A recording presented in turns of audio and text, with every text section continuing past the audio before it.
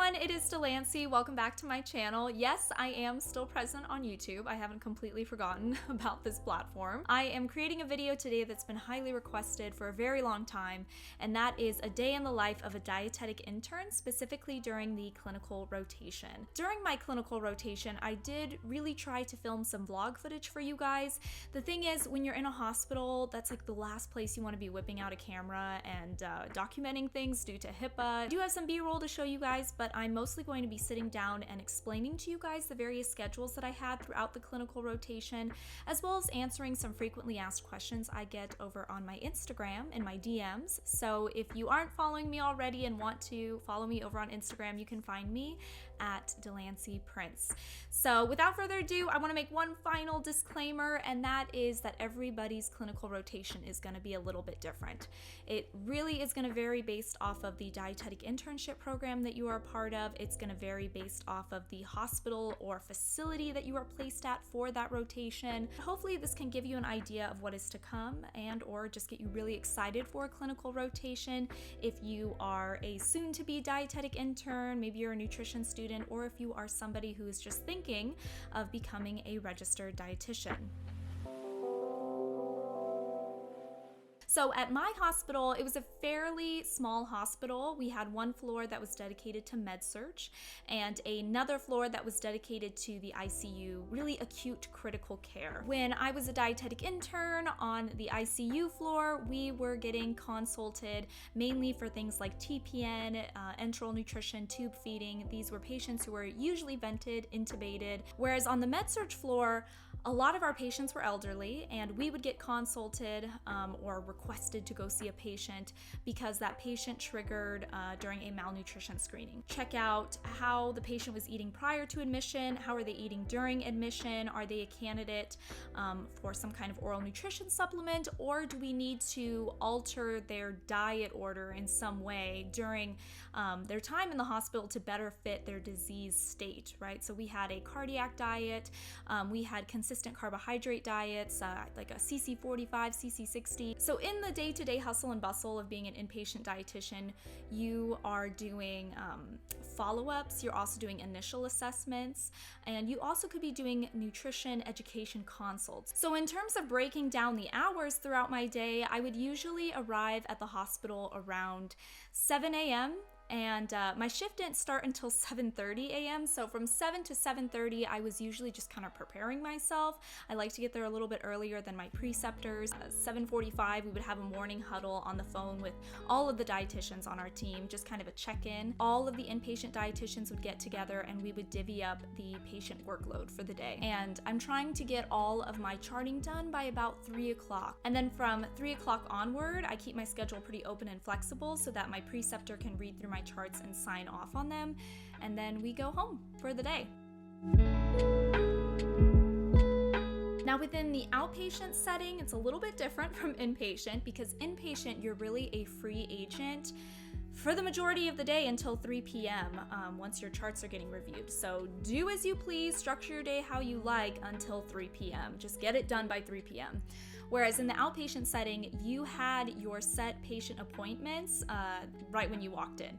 And it could be a relatively low-key day where you just had a patient appointment at the top of every hour, or you had a more busy day where there was an appointment every 30 minutes. And I found that when there was an appointment every 30 minutes, that can get a little stressful because within the 30 minutes, you are trying to pre-chart on the patient, get an idea of who they are, what's going on, what are their nutrition goals. You are counseling the patient, and then you are also trying to chart on the patient. And the charting at my hospital was definitely time consuming. I know at some other hospitals, talking to other people in my cohort, they had a very streamlined charting system where there were a lot of drop-down menus and only one section for free text where you would write in maybe the subjective of your chart. Whereas at my hospital, everything was free text. And we had templates to work off of, but you're doing a lot of calculations yourself. It's really detailed notes that we would write, which is great. I think it makes for really tailored patient care, but it definitely is much more time consuming, and you can really feel that pressure as you're going throughout the day. I especially felt that during outpatient because you have a very set schedule. Oh, and I do want to mention that with outpatient, obviously with inpatient, everything is in person, but with outpatient, it was a mixture of in-person, one-on-one in-person appointments, as well as phone appointments and video virtual telehealth kind of appointments. It really depended on the patient's preference. Okay, so then moving into kind of a hybrid between inpatient and outpatient, I also spent 2 weeks in my hospital's dialysis clinic. So that is for patients who have gone into end-stage renal failure and they are receiving hemodialysis. A dialysis clinic was really special and a very unique experience because you are with the same patients indefinitely for months, years on end. We had, I think, 15 chairs. I could be totally wrong. Let's say 15 chairs, and it was the same group of patients Monday, Wednesday, Friday, as well as the same group of patients Tuesday, Thursday, Saturday. And they would be there for about generally 4 hours. Takes about generally 4 hours to get dialyzed, and these people are there 3 days a week and you're constantly seeing them. There's also an AM group as well as a PM group. So in total, there are 4 sets of patients that you, like I said, are seeing indefinitely. And you tend to get really close with them and you really start to see their personalities. You learn more about their life stories. It's just kind of a different dynamic than inpatient or outpatient where people are coming and going. It's very transient, and there's huge gaps of time in between when you see patients. You were just kind of watching the labs on these patients. You were looking at things like their phos, their calcium, their vitamin D levels. Nutrition plays a really big role in a dialysis clinic. If we do see something kind of going haywire, we would do our rounds and chat with the patient, get an idea, get some kind of a diet recall, and kind of troubleshoot and see if there's anywhere we can intervene from a nutrition standpoint. There was also a lot of interdisciplinary work within the dialysis clinic. We would do interdisciplinary rounds once a month. We would be working with generally the social worker. There was a chaplain, as well as, of course, the head nephrologist and nursing. And we would go around from chair to chair, chat with each of the patients, see if there was any medication changes we needed to make. Again, what is their diet like? Could that be contributing to any kind of funky lab values? And just a lot of interdisciplinary work, which I really liked. We did a couple interdisciplinary rounds when I was an inpatient in the ICU. Those were far and few, though, compared to dialysis, where it is every month. Now, when I heard infusion clinic, I thought I was mainly going to be dealing with patients who were going through chemotherapy. I only spent like 2 or 3 days in the infusion clinic, and what I found was that while there were some cancer patients, there were also a bunch of different other types of patients that were coming through an infusion center. For example, patients who have inflammatory bowel disease or patients that are anemic. And I found that in comparison to the dialysis clinic, where I was seeing patients on a routine, regular basis every other day, the same people, in the infusion clinic, it was much more of a transient group. Some people would come on a routine basis, whereas other people would just come for a one-time infusion and then leave. And I would try and see if anyone was at high risk of malnutrition or if they triggered through a malnutrition screening. And was this patient already seeing an outpatient RD? If that's the case, I wouldn't go out of my way to chat with them. But if they weren't seeing an RD and they were at some kind of nutritional risk, I would just let my preceptor know, hey, these are the people that I think are worth having a chat with. Maybe there's an opportunity for an intervention or some kind of nutrition education.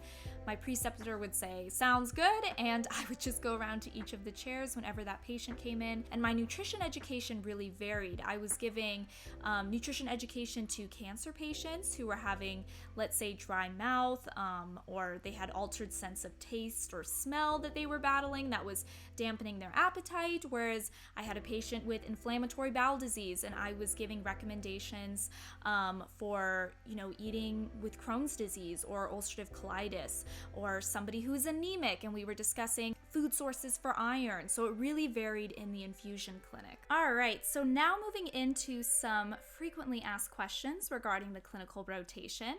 One thing I've gotten asked a lot is if I had any morning or evening routines in place, anything I would recommend to a future dietetic intern.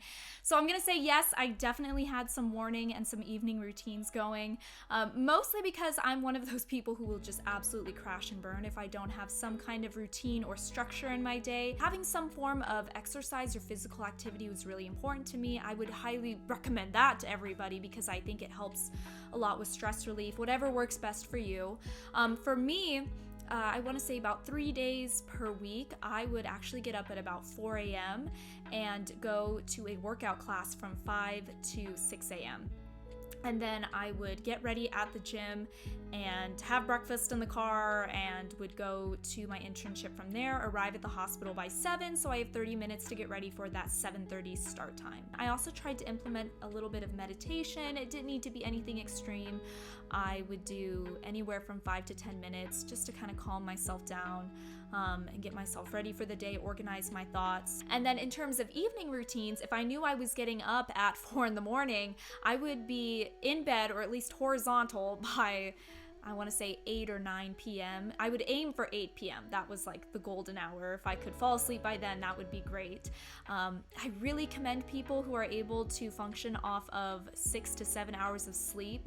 I know myself, I know I can't do that. I know that I need at least 8 to 9 hours of sleep to function really well, and that was really important to me going through my internship, so I really prioritized 8 to 9 hours of sleep per night. And if I knew I could sleep in a little bit, I would give myself a little leeway, fall asleep around 9 or 10, but generally I would aim for 8 p.m. and I would put my phone on airplane mode starting at about 7 p.m.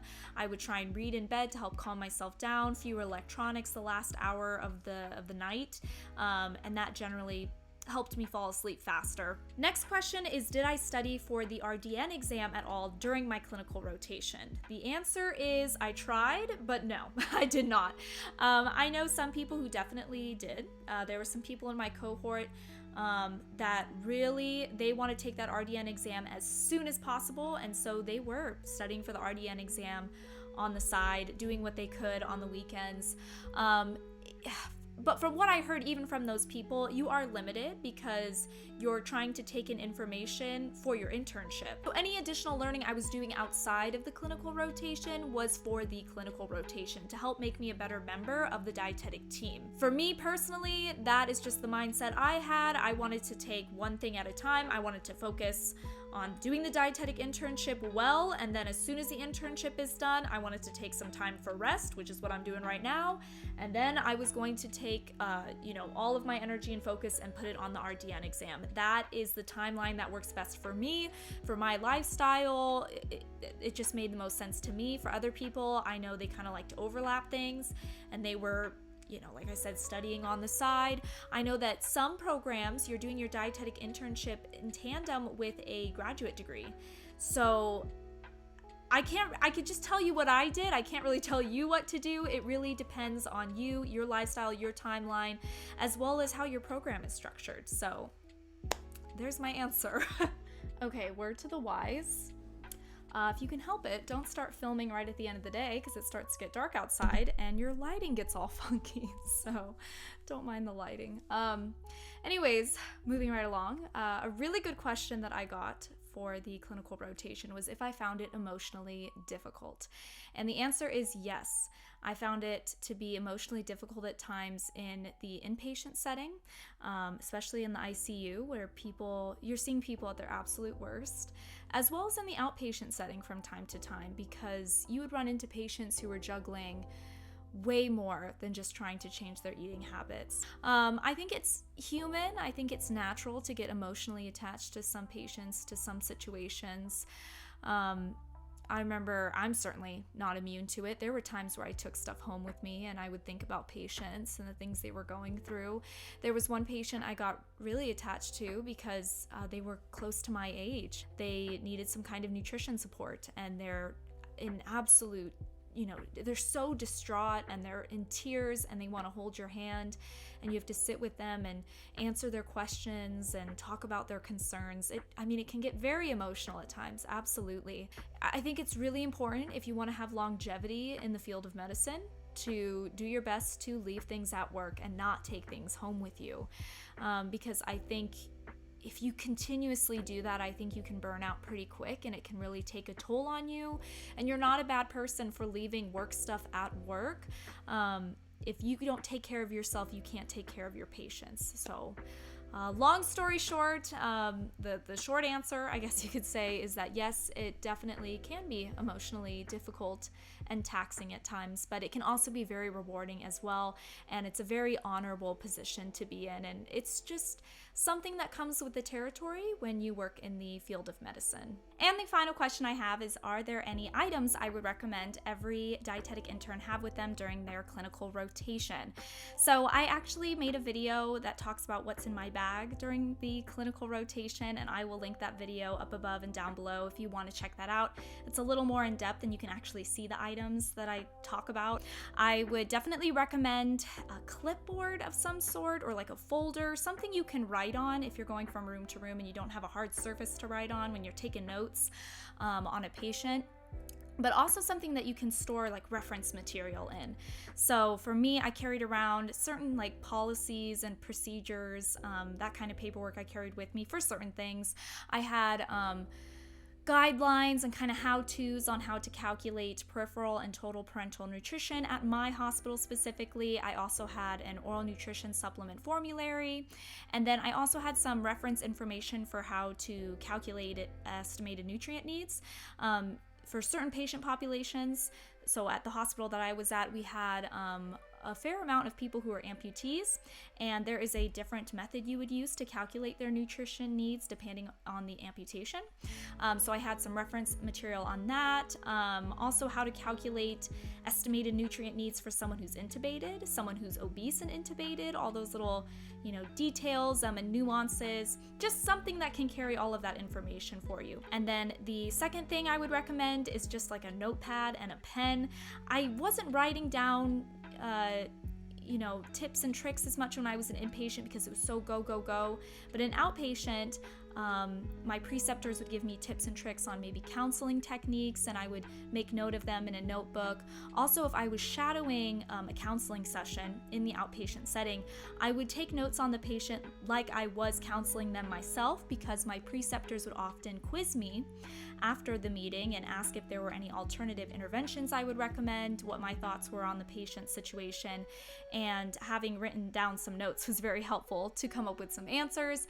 And then the third thing I'm going to recommend is your lunch, some sustenance or self-care items such as just lotion or gum, maybe essential oils. I had a preceptor who had a whole cabinet of essential oils in her office, and she would have me sniff some of them if I was getting stressed out. Things can really sneak up on you. It's a lot of information all at once. It can feel very overwhelming at times, especially if you're juggling like a heavy patient load for the first time. If that's something you've just never had exposure to while in undergrad, it can be very overwhelming, and also the emotional side can be really draining. So I think having some sort of self-care items, making sure you please eat throughout the day, stay hydrated, and yeah, so those are the top 3 things I would recommend. So that's gonna do it for this video. Thank you to everyone who requested this. If you have any additional questions, comments, concerns, or if you would like to request an additional future video, please let me know down below.